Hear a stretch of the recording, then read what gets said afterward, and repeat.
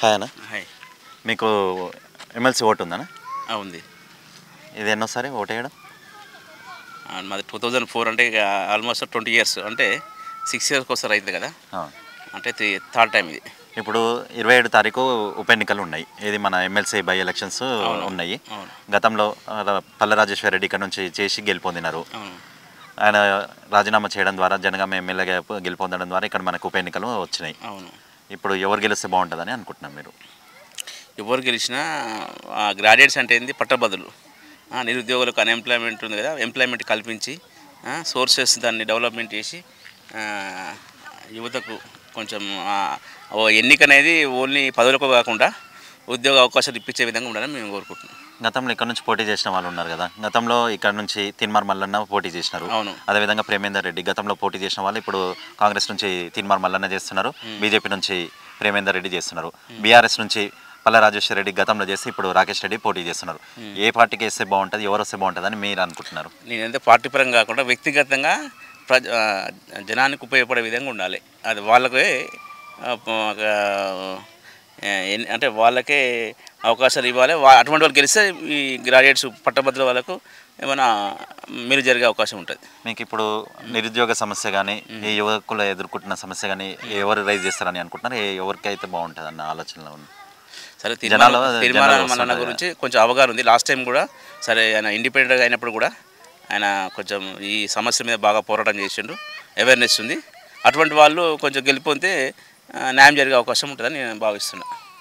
ఇంకా ఇప్పుడు మనకి ఇండిపెండెంట్ అభ్యర్థులు కూడా కొంతమంది ఉన్నారు.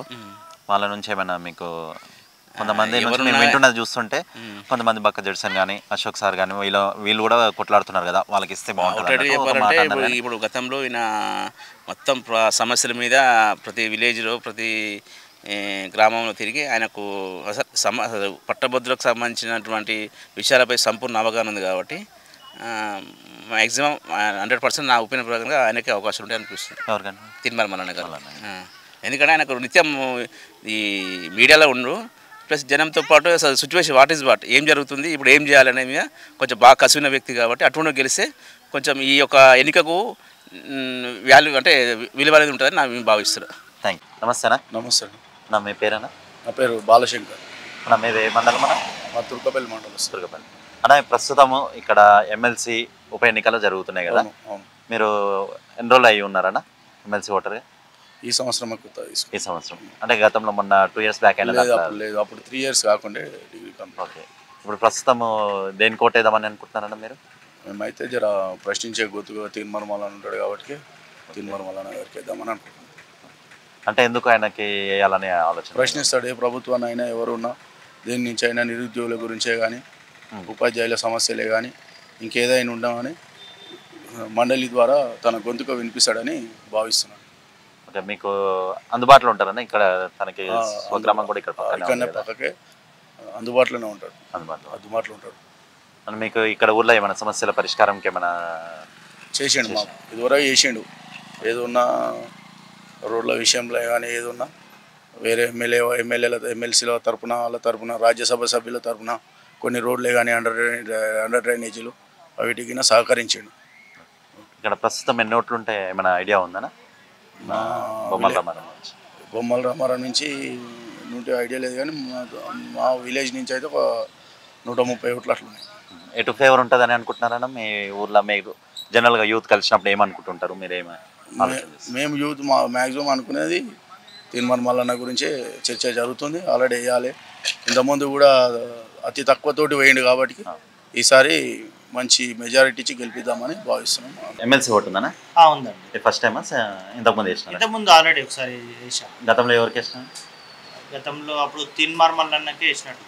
ఈసారి తిన్మార్ మల్లన్న ఇప్పుడు ఎవరికైతే తిన్మార్ మల్లన్న క్యాండిడేట్ అయితే డిక్లేర్ అయినట్టు ఉంది కదా. అవునండి. కాంగ్రెస్ నుంచి తిన్మార్ మల్లన్న ఉన్నారు, బీఆర్ఎస్ నుంచి రాకేష్ రెడ్డి. బీఆర్ఎస్ నుంచి రాకేష్ రెడ్డి. చూడాలండి తిన్మార్ మల్లన్న అయితే. ఎందుకు మల్లన్నకి వేద్దాం అనుకుంటున్నాను? కొంచెం ప్రముఖ జర్నలిస్ట్ కదా, జర్నలిస్టు ప్లస్ అన్నిటి మీద మాట్లాడుతుంటాడు కాబట్టి డిసిషన్. మేడం మీకు ఎమ్మెల్సీ ఓటు ఉందా? ఇది ఇంతకుముందు వేసారా? ఇదే ఫస్ట్ టైం. ఓకే. మీరు ఏం చేస్తారు? Net shop. ఈసారి ఎవరికి ఓటేద్దాం అనుకుంటున్నారు? యాక్చువల్గా మల్లన్నకి వేద్దాం అనుకుంటున్నాను. ఆయన వీడియోస్ అవి చూశాను, ఒకసారి వేద్దామని అనుకుంటున్నాను. అంటే మల్లన్నకి వేయడం ద్వారా బెనిఫిట్ ఏముంటుంది అని అది ఇచ్చిన తర్వాత తెలుస్తుంది కదా ఎట్లా చేస్తాడు ఏంటి అనేది, వేద్దాం అనుకుంటున్నాను ఈసారి. మళ్ళీ ఫస్ట్ టైం వినియోగించుకుంటున్నాను, చూస్తాను. అంటే అధికార పార్టీలో ఉన్నారని చెప్పేసి లేకపోతే వ్యక్తిగతంగా ఆయన మీద ఉన్న అభిమానంతో? వ్యక్తిగతంగా కూడా ఆయన వీడియోస్ చూడడం, న్యూస్ చదవడం అవన్నీ చూశాను, దాని ద్వారా వేద్దాం అనుకుంటున్నాను. ఫస్ట్ టైం మీరు ఎమ్మెల్సీ ఓటు వేయడం? అవును. ఎవరికి ఇస్తే బాగుంటుంది అనుకుంటున్నారు? ఇప్పుడు ఎవరు అభ్యర్థులు ఎవరున్నారు పోటీలో, ఎవరున్నారు తెలుసా మీకు? కాంగ్రెస్ నుంచి మల్లన్న, బీఆర్ఎస్ నుంచి రాకేష్ రెడ్డి, బీజేపీ నుంచి వచ్చేసి ప్రేమేందర్ రెడ్డి ఉన్నారు. మీరు ఎవరికి ఓటు వేద్దాం అనుకుంటున్నారు? మల్లన్న. ఎందుకు మల్లన్నకి వేద్దాం అనుకుంటున్నారు? మనకు ఆయన అంటే అభిమానం జర. ఆయన అంటే అభిమానం అంటే ఏ విధంగా? ఆయన మంచిగా చేస్తాడేమో అని. మంచిగా చేస్తాడు అంటే గతంలో ఏమైనా మీరు ఆయన ఏది చూసి మీకు బాగా నచ్చింది అనేసి? అంటే ఆయన యూట్యూబ్లో అవి పెడుతుంటాడు కదా, కేసీఆర్ గురించి ఆపోజిట్గా మాట్లాడి ఆయన చేసిన మోసాలు ఇట్లా అవన్నీ. అన్న చెప్పండి అన్న, మీ పేరు? జగన్. మీరు ఎన్ని సంవత్సరాలు అవుతుందన్న? 7 years. 7 years. ఎమ్మెల్సీ ఓటు ఉందన్న మీకు? ఎప్పుడు ఎన్రోల్ చేసుకున్నారు? మొన్న లాస్ట్ టైం చేసుకున్నాను. లాస్ట్ టైం చేసుకున్నారు. లాస్ట్ టైం ఎవరు కోట్ వేసుకున్నారు?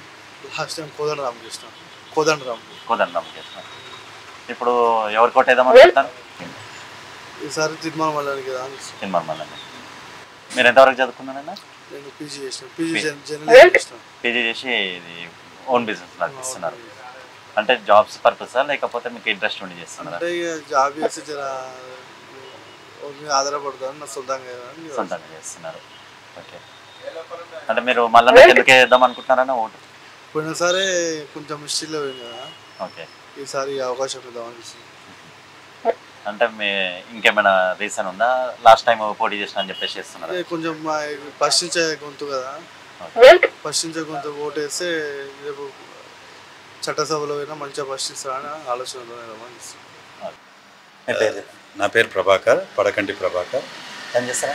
నేను టీచర్ని చేస్తానండి, ప్రైవేట్ టీచర్. ఇప్పుడు ఎమ్మెల్సీ ఎలక్షన్స్, బై ఎలక్షన్స్ ఉన్నాయి కదా మనది, ఎవరు కోటేద్దాం అనుకుంటున్నాను?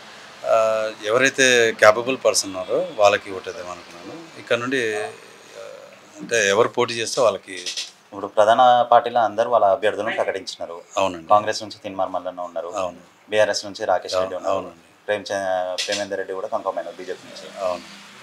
మరి ఎవరికి వేద్దాం అనుకుంటున్నారా? ఎలా అంటే మనకు ఎవరైతే బాగా సపోర్ట్ ఉంటారో, ఇప్పుడు తిరుమల మల్లన్న ఇప్పుడు కొంతవరకు అన్ని రకాలుగా చేస్తున్నాడని చెప్పి నాకు తెలుసు. గతంలో మీరు ఎమ్మెల్సీ ఓటు వేసినారా? వేసామండి. అంటే అప్పుడు అంటే నేను హైదరాబాద్లో ఉండే నాది ఓటరు, హైదరాబాద్ నుండి అక్కడ వేసాను.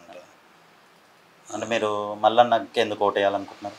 అంటే ఆయన ఇప్పుడు పొలిటికల్ గురించి బాగా తెలుసు. పొలిటికల్లో ఏమైనా ఇష్యూస్ ఇప్పుడు ఇక్కడ నుండి ఎడ్యుకేషన్ తరపు నుండి ఏమైనా పోరాడే ఛాన్స్ ఉంటుంది కదా. ఆయన విలేకరి కాబట్టి ముఖ్యంగా చేస్తాడని. మీ పేరేనా? నా పేరు మల్లేష్ అండి. ఏం చేస్తారా? నేను రియల్ ఎస్టేట్ చేస్తాను.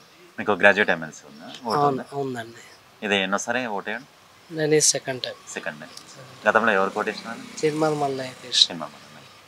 ఇప్పుడు ఎవరికి ఓటేద్దాం అనుకుంటున్నారు? ఈసారి ఇట్లా ఆయనకే ఇస్తాను. ఎందుకు వేయాలనుకుంటున్నాను? ఎందుకు వేయాలనుకుంటున్నా అంటే ప్రత్యామ్నాయం టీఆర్ఎస్ ఉంది, బీజేపీ ఉంది. బీజేపీ ఎట్లాగో మతం పేరు చెప్పకుండా వాళ్ళైతే ఓటు అడగలేరు, మతం పేరు చెప్పకుండా వాళ్ళు ఓటు అడగలేరు. మనకు కావాల్సింది మతం కానీ కులం కానీ ఏమో అన్నం పెట్టదు, మనకు కావాల్సింది ఎడ్యుకేషన్ కావాలి. దాని గురించి ఎట్లాగో నేను వెయ్యాను.